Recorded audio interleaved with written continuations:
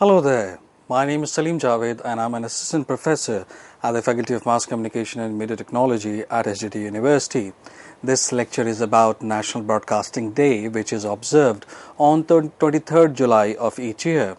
But why do we observe National Broadcasting Day on 23rd of July each year? The reason is that on this day in year 1927, the first ever broadcast went on air in our country.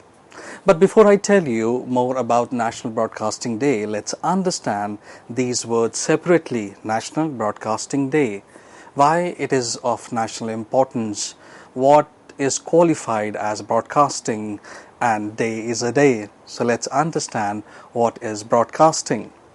Now, in general sense, broadcasting is the distribution of audio or video content to a scattered audience through electronic and now digital mass communication mediums.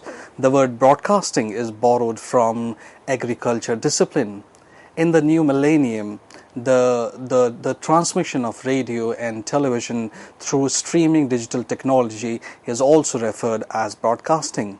So we are not just going to talk about radio, we are also going to understand how television found its root in India and what role broadcasting and broadcasters played in the growth of India. But before we do that, let's understand how we reached at 23rd July 1927, which is the raison d'etre for National Broadcasting Day, how it all started. Well, we really have to understand, all the developments and everything. So there are two names without whom we cannot start talking about radio.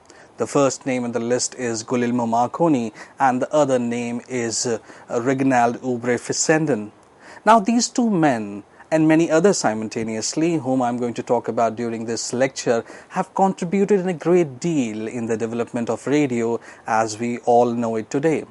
Today, if you ask somebody who is Guglielmo Marconi, well, all of us know about him because we have read about Guglielmo Marconi in our books. Guglielmo Marconi was, was an Italian inventor who proved the feasibility of radio and developed the first effective system of radio transmission for long distance. He sent and received the first radio signal in Italy.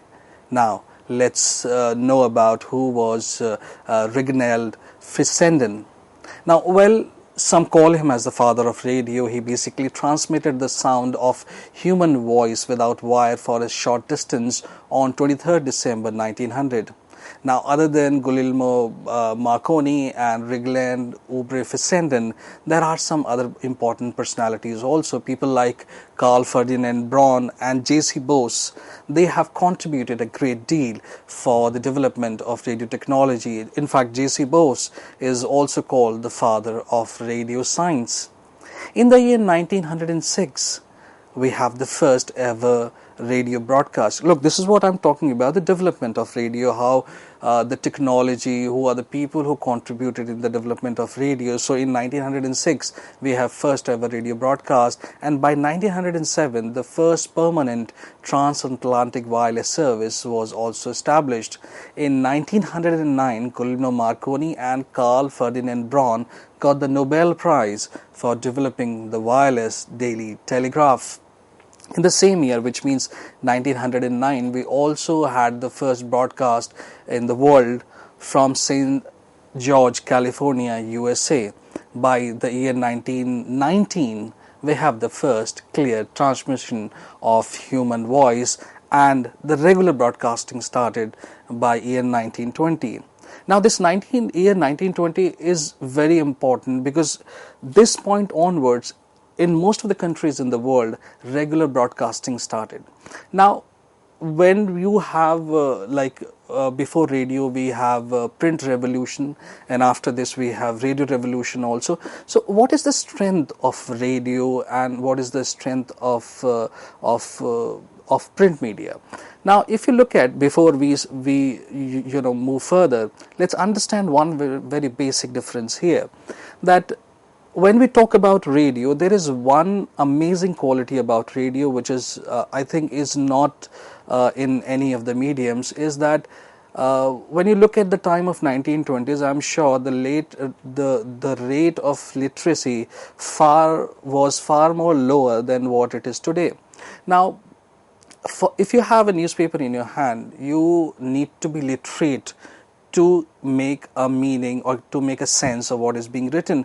But when it comes to radio, radio is a medium which you don't have to be literate to understand the message. Now, this is what most of the countries in the world in 1920s, most of the countries in the world understood, that this is a medium through which they can reach millions of people in their country, across the border, everywhere where there were receivers. So all the countries at that point of time understood the importance of broadcasting. And in case of India, everything starts 1920 onwards. So as I said, that regular broadcasting started by year 1920. Now, as far as India is concerned, we will talk about 1920s onward. So from 1920s to 1927, all the developments that I'm going to talk about, they are the developments. So, but when we talk about the first ever radio broadcast, it is year 1927. So whatever I'm going to talk about from 1920 to 1927, they all are part of the development. So our journey starts, 1920 onwards, the time when we were under British rule. The first radio broadcast, in the development sense I'm talking about, the first radio broadcast in India took place in year 1921, when Times of India, in collaboration with Post and Telegraph Department, broadcast from their Bombay office, and it was a special program which was, broadcasted at the request of the governor, Sir George Lloyd, and who tuned the same program in Pune. Broadcasting commenced in India on 23rd July 1923 by Radio Club of Bombay. It was an amateur club, and the actual broadcasting started in November 1923 as an experimental broadcasting.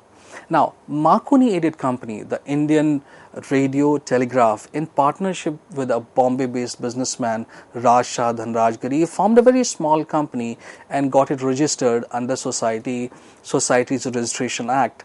The company was registered by the name of Indian Broadcasting Company, and it is called IBC also. Now remember this name, because this name is really important. Anything that you read in your history books related to radio, this is from where the history topic starts about radio. So this company, Indian Broadcasting Company, which got the first license for regular transmission, and started working in year 1927. The company opened its station in Bombay and Calcutta. So by an agreement, on 23rd July 1927, the private Indian Broadcasting Company Limited, which is called IBC, started broadcasting. So this date, when they started broadcasting from their Bombay station, which is 23rd July 1927, this particular date is taken as the National Broadcasting Day. So though immediately after 1 month and 3 days, which makes it 26th August 1927, they started broadcasting from Calcutta station also. But for National Broadcasting Day, it is this date, 23rd July 1927, which is taken as the National Broadcasting Day. Now, anything that I told you before this is basically the developmental phase of how radio was developing, who are the people, what it took to reach to this stage, 23rd July 1927. Now, by this time, 23rd July 1927, by this time, radio was getting popular and soon became a topic of discussion for everyone. The British government was willing to regularize it and even wanted to increase the income by issuing license, because this was the only source of income. So they wanted to increase the income by issuing license to broadcasters, but was afraid of the consequences. Now this fact is very interesting, because they were afraid of the consequences if Indians pick up on radio and they started using radio at their own. So when we started broadcasting under British Raj, even the Britishers they were skeptic about whether we should allow or whether we should not allow. The government was not sure of the impact that radio broadcasting will have on us. Now, though when the broadcasting started, regular broadcasting, 23rd July 1927, these radio stations, Bombay and Calcutta, were given due coverage in local newspapers. At that point of time, radio sets were very expensive, and because of which not only people with moderate income but even many elite did not show great interest in buying radio sets, though some sets were sold, but the number was not so great. Though there were some financial aids were given by the government, but other than the revenue generated from the sale of the radio sets, there was no scope for the revenue generation by then. The license fee of buying radio set was the main asset or income for the radio station. Unfortunately, on 1st March 1930, the Indian Broadcasting Company IBC failed due to the financial crisis and was declared bankrupt. Now, after the bankruptcy, Indian Broadcasting Company IBC went into liquidation, and the then government, which is basically the British government, took over the Indian Broadcasting Company Limited in 1930 under the name of Indian State Broadcasting Services, ISBS. So IBC was changed to ISBS. So from Indian Broadcasting Company Limited, it was changed to Indian State Broadcasting Services. Now, as the then government took over on Indian Broadcasting Company Limited, it introduced the post of Controller of Broadcast for Indian State Broadcasting Services, ISBS, in year 1935. As the post of Controller of Broadcast was instituted, and Lionel Fielding. Now, remember this name. This name is really important when we talk about the beginning of how radio broadcasting started in India. So, as the post of Controller of Broadcast was instituted, and Lionel Fielding was appointed as the first controller of broadcasting who had worked with BBC. So from 1935 to 1940, for a period of 5 years, Lionel Fielding offered his services as the controller of broadcast in India. Lionel Fielding left India in year 1940, and after him, Professor A.S. Bukhari, the famous the famous Urdu humorist, his full name was Sir Syed Ahmad Shah Bukhari, took over as the headship of AIR, who continued to be the head till the day of partition till year 1947. Technically, it was Professor A.S. Bukhari who was the first Indian controller of broadcast for All India Radio. The nomenclature of controller of broadcast was changed to Director General in year 1943. So, not only Professor A.S. Bukhari was the first Indian controller of broadcast, but he was also the first Director General to AIR. Professor Bukhari established a zest for inquiry and a standard of artistic excellence and efficiency for All India Radio. P.C. Chaudhary was the first DG of independent India. Now, this is like in year 1936, the Indian State Broadcasting Services, ISBS, was renamed as All India Radio. By year 1937, AIR had its Central News Organization, CNO, was formed. By year 1937, All India Radio came under the Department of Communication, and by the year 1939, the external services of AIR started. The exact date is 1st October 1939, and the first external broadcast was in Pashto language. Now, you must have noticed that I have just mentioned that Professor A.S. Bukhari took over the headship of AIR in 1940. The reason for it is that on 8 June 1936, the Indian State Broadcasting Services, ISBS, was renamed as All India Radio after much persuasion by Lionel Fielding. On 1st August 1937, CNO was formed and All India Radio came under the Department of Communication, and its external services started in year 1939. The development and growth of AIR from 1936 was steady but slow. At the time of independence, there were only 9 All India radio stations, of which Delhi, Calcutta, Bombay, Madras, Lucknow, Tiruchi came to India, whereas Lahore, Peshawar and Dhaka station went to Pakistan. So we gave away 3 radio stations as a price of the partition. The AIR came to be known as Akashvani exactly after 10 years from the date of independence, which means it's year 1957. In 1959, the television started in India from an improvised studio of AIR in New Delhi, giving much relief to educationists, industrialists, politicians who were demanding the services of television for more than a decade now. Now, soon after the independence, a new scheme for development of broadcasting known as Pilot Project was drawn up. The intention was to set up a studio with low power medium wave transmitters in each district, in each linguistically different and cultural region of the country. For the start, the objective was to establish at least one radio station in each state. It was a good initiative taken by the government of India. The idea was to incorporate all the regions and its diverse culture and people in the mainstream, and no one should get a sense of left behind.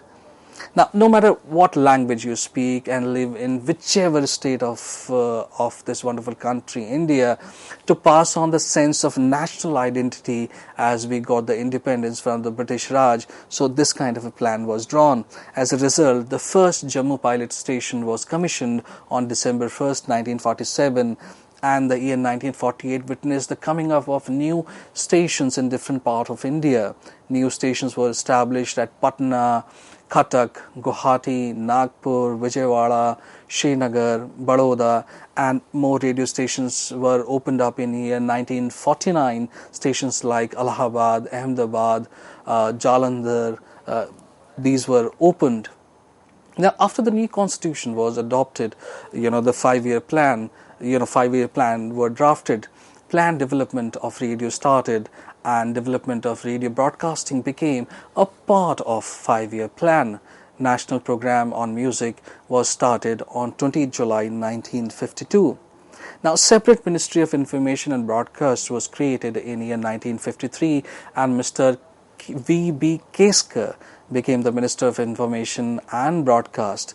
Newsreel in Hindi and English was started on December 1955. The name I have just told you, V.B. Keskar, remember this name because this is also another very important name, and when I'll talk about Vivid Bharati and Radio Ceylon, this name has played a major role the way we know Vivid Bharati today. Now, Vivid Bharati, the popular entertainment program service, was launched in Bombay and Madras on October 3rd, 1957. The same year, AIR was renamed as Akashvani. The starting of the Vivid Bharati as an entertainment channel was a reaction to Radio Ceylon. Now, remember this also, because this is also very important, that the Vivid Bharati started, as a reaction to Radio Ceylon. Now, this reminds me of wonderful rivalry between Radio Ceylon and Vivid Bharati. So let me tell you this wonderful rivalry and how much effort Vivid Bharati invested in overcoming Radio Ceylon. Ceylon is the old name of Sri Lanka, if by any chance you do not know that. So if you remember, I just told you about V.B. Keskar, and I told you that remember this name because this is something, very interesting incidents are around V.B. Keskar. So he was one who totally banned the film songs on AIR. It was a time when Hindi film industry was entering its golden period, and an entire army of, I think, some of the best talented music directors, singers, lyricists, composers were at their peak. Radio Ceylon, with its superb shortwave transmitters, started playing nothing but Hindi songs and started taking over the reserved listeners of AIR in a great way. So AIR was not playing songs because VB Keskar said that we will not be playing any Hindi songs, whereas it was Vivid Bharati supposed to be the commercial service. And when you are witnessing the golden age of Indian cinema and you are saying that you will not play the songs, but people want to listen, so they will listen. So if Vivid Bharati was not supplying that, Radio Ceylon was doing that. And you know, it benefited Radio Ceylon in a great way. Now, people like Daniel Molina and his hand-picked talent like Hamid Siani satiated the demand for catchy commercials and radio jingles for almost all the major brands of that time that were sold in Indian market at that point of time. The real catch was the sponsored program on Radio Ceylon. With the rising popularity of Radio Ceylon and the estimation of increasing loss, the situation and equation for AIR was not quite congenial. So anything that should have been for AIR, because there were, look how even songs, small things like film songs are playing a crucial role in establishing something which should have started generating profit from the very beginning. But with the exit of Mr. V.B. Keskar as a Minister of Information and Broadcast, the AIR witnessed the return of film music, and they did it with the starting of Vivid Bharati. But even the launch of Vivid Bharati did not pacify the situation, it was thought. There were many challenges and targets which were still there to be achieved. So, because time has passed till this date, so only just introducing songs, that was not enough. So there were many challenges and targets which were still to be achieved. The Radio Ceylon was still holding its ground quite comfortably. One of the major problems, even after the launch of Vivid Bharati, was its broadcast through short-range medium wave transmission, which was not able to cover a large area of our own country. Compare it with the situation where the short wave of Radio Ceylon was able to cover whole of India. Now, advertising rate, another major challenge. Advertising rate was also a problem with Vivid Bharati, and on the other hand, Radio Ceylon was perhaps offering the same services almost at the lowest price in the world. The difference was almost 10 times. So, less reach and high commercial rates, a perfect recipe to kill even the best system in the world. Forget about the less reach and high commercial charges. The commercials were not allowed until November 1967, when it was done. Vivid Bharati became AIR's first commercial service. Another major hindrance was the entry of a sponsored program, which was the major reason for the growth and popularity of Radio Ceylon. After incurring huge loss for next 3 more years of becoming the AIR's first commercial services, on 3rd May 1970, AIR witnessed the airing of sponsored program, which added not only a great numbers of listeners, but AIR with a full pocket. Now, it took 13 years for Vivid Bharati. It took 13 years for Vivid Bharati to cross Radio Ceylon, which means from 1957 to 1970. It was known as Commercial Broadcasting Services, CBS. Some of the old popular programs of Vivid Bharati are Sangeet Sarita, Bhule Bisre Geet, Hawa Mahal, Chhaya Geet. For time to time, new programs were also introduced like Sargam Ke Sitare, Celluloid Ke Sitare, Sehatnama, Hello Farmaish, Hawa Mahal, Saaz aur Awaaz, Sangeet Sarita, and many uncountable wonderful programs on Indian classical music and many more things. By year 1969, Yuvavani, the youth channel was launched to provide scope for self expression of youth and their involvement in AIR program. By 1970, as I just said, the sponsored program started, and by 1974 the starting of Akashvani annual award, it was the starting of Akashvani annual award. And in year 1976 you have on 1st in fact on 1st April 1976 DD was separated from AIR, and by year 1977 FM broadcasting was started at Madras, and by year 1984, and to be precise on 13th October 1984, the first local radio station was started at Nagarcoil, Tamil Nadu. So that is it for this lecture. Thank you very much.